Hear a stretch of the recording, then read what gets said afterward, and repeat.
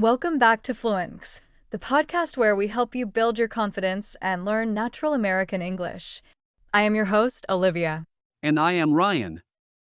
We are so happy you are joining us today. If you want to sound more natural when you speak English, you are in the perfect place. Exactly. Before we jump right into today's amazing topic, please make sure you hit that subscribe button. Yes, and leave a like on this video. It really helps our channel grow so we can keep making free, fun lessons for you every single week. So, Ryan, how are you doing today? I am doing fantastic, Olivia. The sun is shining, I had a great cup of coffee this morning, and my brain feels very awake. How about you? I am doing great too. And it is funny that you mentioned your brain, because today we have a very big, very exciting topic. Oh, I love big topics. What are we talking about today? Today, we are going to talk about how to train your brain to think in English. Wow, that is a huge topic. Train your brain? It sounds like we are taking our brains to the gym. Yes, exactly. Just like you exercise your body to get stronger, you can exercise your brain to get better at English. Is it hard to do? It sounds a little like hard work. Not at all. It is actually very easy, and it can be a lot of fun. But tell me, Ryan, when you try to learn a new language, what is the first thing you usually do in your head? Well, usually, I think of the word in my first language. Then, I pause, I search my brain for the English word, I translate it, and then I finally speak. Yes, translation. Almost every single student does this when they start learning English. They think in their native language first. It takes a lot of time. When I have to translate every single word, I speak very slowly.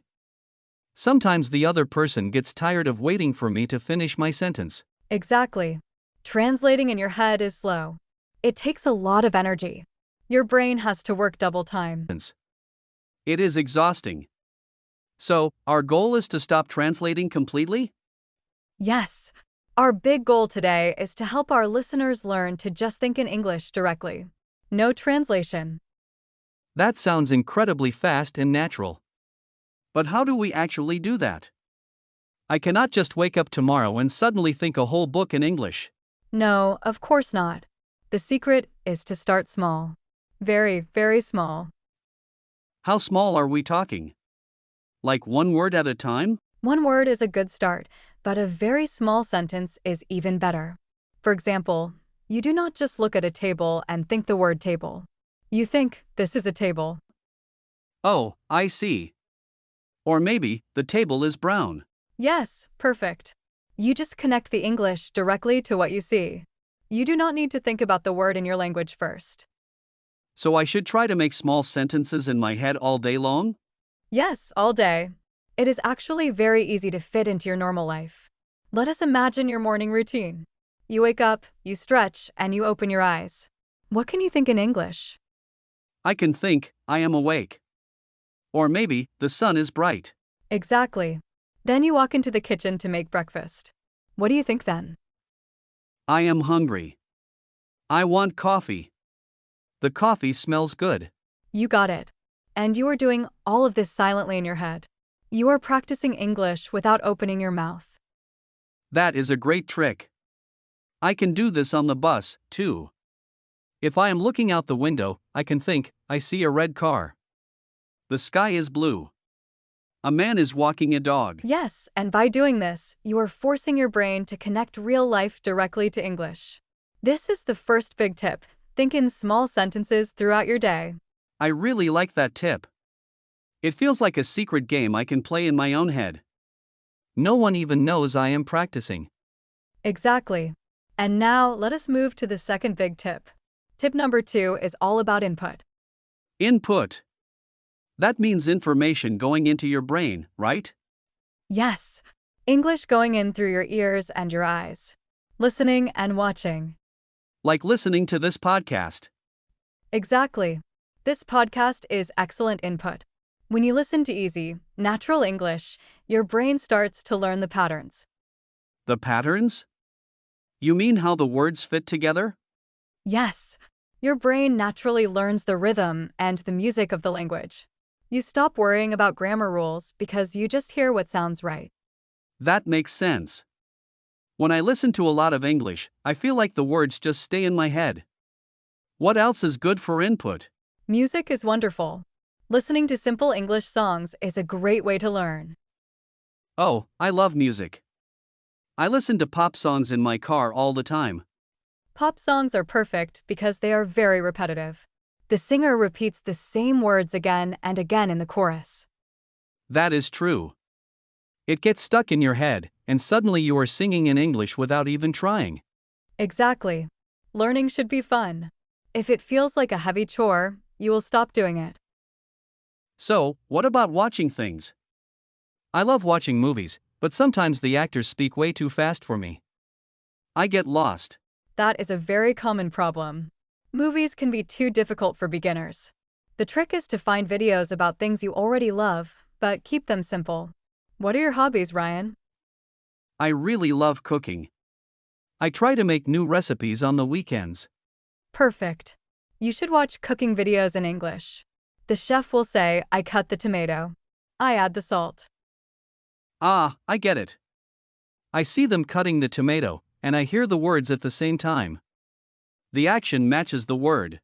Yes, because you already understand cooking, your brain easily picks up the English words for it. It is not boring because you actually care about the recipe. I also love sports. I love watching basketball. Then watch basketball highlights in English. The commentator will say, he passes the ball, he shoots, he scores. That is brilliant. It makes input fun. I am learning English while doing things I already enjoy.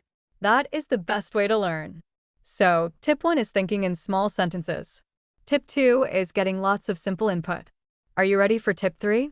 I am ready. What is tip number 3? Tip number 3 is output. Output. So, if input is English going in, output must be English coming out. Exactly. Output is speaking. But Olivia, what if I am learning English at home, all by myself? I do not have a partner to speak with. You do not need a partner. You can speak to yourself. Speak to myself? Out loud? People might think I am a little crazy if I talk to myself in the grocery store. Well, you do not have to do it in a crowded store. You can do it in your bedroom, in your car, or even in the shower. The shower is a great place to practice. But what do I even say to myself? Just describe your world. Look around your room right now and speak out loud. Okay, let me try. I see a desk. The desk is brown. My computer is on the desk. There is a green plant next to the window. Perfect. Your ears need to hear your own voice speaking English. It builds a connection between your brain and your mouth. It does feel a little strange at first, but my brain feels very active. I am finding the words without translating. Exactly. You are pointing at a real thing, like a plant, and saying the English word. No native language required. Can I also talk to myself about my day? Yes, that is a fantastic exercise for the end of the day. When you are lying in bed, tell yourself a little story about what you did. Like, today I had a good day. I went to work. I ate a sandwich for lunch. I listened to the Fluentmx podcast. You got it. It is a beautiful way to train your brain. You are using the vocabulary you know and you are speaking out loud. I really like this. I do not need to wait for an English teacher or a conversation partner. I can practice my output right now. You absolutely can. So, let us review these 3 big tips for our listeners. Tip number 1 is to think in small sentences all day long. Tip number 2 is to surround yourself with input. Listen to simple podcasts, fun music, and watch videos about your hobbies. And tip number 3 is output. Speak out loud to yourself. Describe your room and your day. If you do these 3 things, your brain will start to change. But Olivia, I have to ask, does this happen quickly? Will my brain be totally trained by tomorrow morning? I wish it worked like magic, but no. Learning a language is a slow process, and that is completely okay. You have to be patient with yourself. Be patient. That means do not get angry if I forget a word or make a mistake. Exactly.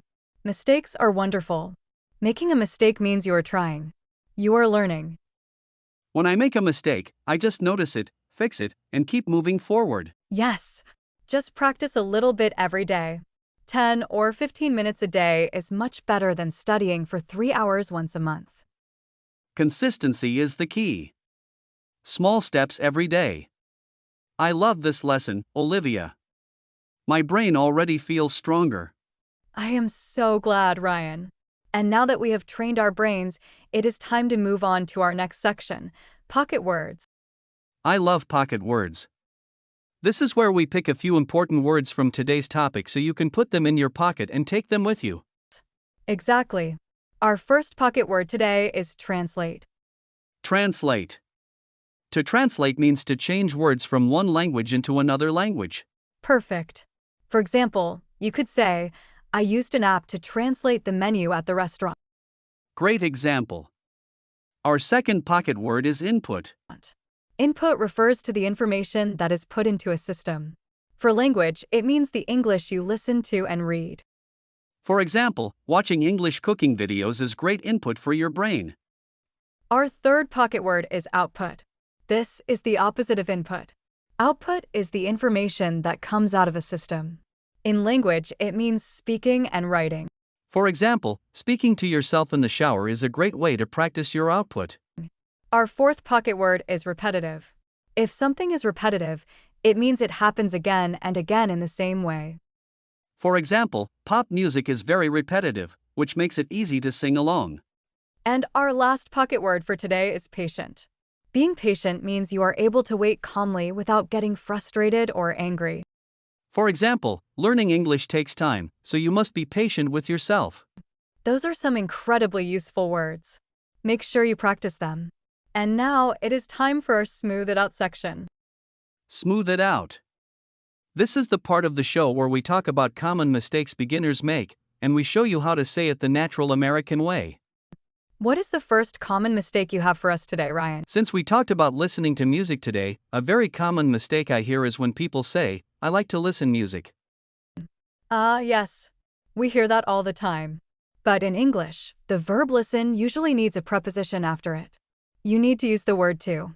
So, the correct, natural way to say it is, I like to listen to music. Exactly. I listen to podcasts. I listen to the radio. Always use to. Perfect. Here is another common mistake. When people talk about making errors, they sometimes say, I did a mistake. Right. In many languages, you use the verb do for mistakes. But in natural American English, we use the verb make. So, you should say, I made a mistake. Or, do not be afraid to make a mistake. Very good. Do you have one more for us? Yes. Sometimes when people agree with a good idea, they say, I am agree with you. Yes, that is a very common translation error. In English, agree is an action verb. You do not need the to be verb before it. So instead of saying I am agree, you just say, I agree. Exactly. I agree with you, Ryan. Learning these small fixes makes your English sound so much smoother. It really does. Now, let us put everything we learned today into action with our practice conversation. Yes. In this quick role play, Ryan and I will show you how you might talk about practicing English in a real-life situation. I will be asking Ryan about his daily routine. Sounds good. Let us start. Hey Ryan, your spoken English has been sounding really natural lately. Have you been studying a lot? Thanks, Olivia. Actually, I have just been trying to think in English more during the day. Really? How do you do that? I just make small sentences in my head. For example, when I am making breakfast, I think, I am pouring the coffee. The coffee is hot. That is so smart. Does it help you speak faster? Yes, it really does. I also talk to myself when I am driving alone in my car. I just describe the traffic or the weather out loud. I love that idea. I am going to try doing that on my walk home today. You should. Just remember to be patient with yourself. It feels funny at first, but it works. That was a perfect little conversation. Notice how Ryan naturally used the vocabulary and the concepts we talked about today. It is all about using English in your daily life. Keep it simple and keep it fun. Well, that brings us to the end of today's episode. Let us do a quick summary of what we learned. Today we learned how to train our brains to think in English. We talked about making small sentences in our heads to stop translating. We also learned about the importance of input, like listening to easy podcasts and watching fun videos. And we talked about output, which means speaking out loud to yourself to practice finding the words. And most importantly, we learned that we need to be patient. Learning a language takes time, and making mistakes is a normal, healthy part of the process. Now it is time for our question of the day. We want to hear from you. Yes, we love reading your comments. Today's question is, what is one small English sentence you can think of right now to describe the room you are in? Great question. Look around you right now and write one simple sentence in the comments below. For example, my chair is blue, or the window is open. We cannot wait to read your sentences. Thank you so much for hanging out with us today on Fluentmx. Do not forget to hit that subscribe button, like this video, and share it with your friends. Keep practicing, keep smiling, and we will see you in the next episode. Bye, everyone.